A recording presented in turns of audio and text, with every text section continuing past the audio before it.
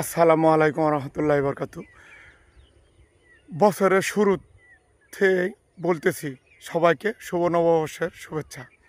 আজ কথাটি বলতে হচ্ছে, এই যে আমি ফজর নামাজ পড়তে এসেছি, আপনার ঘরে অবশ্যই আপনার ছেলে মেয়েরা আছে।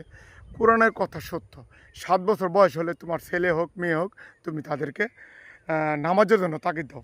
যৌবনকালকে আল্লাহ তাআলা সবচেয়ে মূল্যবান সময় বলেছে, গ্র্যান্ডেড করেছে যে তুমি তোমার যৌবনকালকে তুমি ইবাদতের মাধ্যমে কাটাও। তুমি তোমার স্বর্ণময় যুগ যেটাকে বলে, আমাদের বাংলাদেশের কবি, আমাদের বাংলাদেশের নামি দামি শিল্পীরা, তারপরে কোরআন হাদিসে এবং বইয়েও বলা হয়েছে, অনেক দামি কথা বলেছেন। এই কথাগুলো কোনো দিনও মিথ্যা নয়।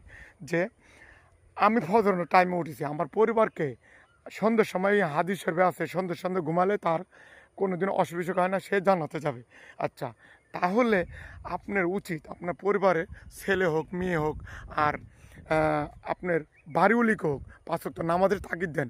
যে কিতাবটি, যে কোরআনটি, যে জিনিসটি আমাদেরকে সঠিকভাবে সুন্দরভাবে পথ দেখাচ্ছে, আমাদের নামাজ কালামে আদেশ দিচ্ছে, সংসার কীভাবে পরিচালনা করতে হবে, রাষ্ট্র কীভাবে পরিচালনা করতে হবে, সেই জিনিসটা আমরা কীভাবে ভুলে যাই, সে কীভাবে আমরা তাকে আঁকড়ে ধরি না।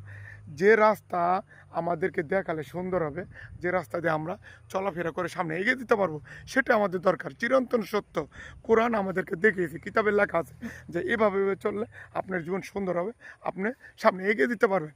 তাহলে আল্লাহ রাসূল, আল্লাহ তার রাসূলের মাধ্যম দিয়ে আমাদেরকে সব বাণী দিয়ে গেছেন এবং বলেছেন তুমি এইভাবে রাস্তা দেখাও, এই রাস্তা গেলে তোমার বাসা যেতে পারবে, এই রাস্তা গেলে তুমি বাজারে যেতে পারবে, এভাবে করলে তোমার জীবনকে অতি সুন্দর নিয়ে অতি ভালোভাবে কাটাতে পারবে।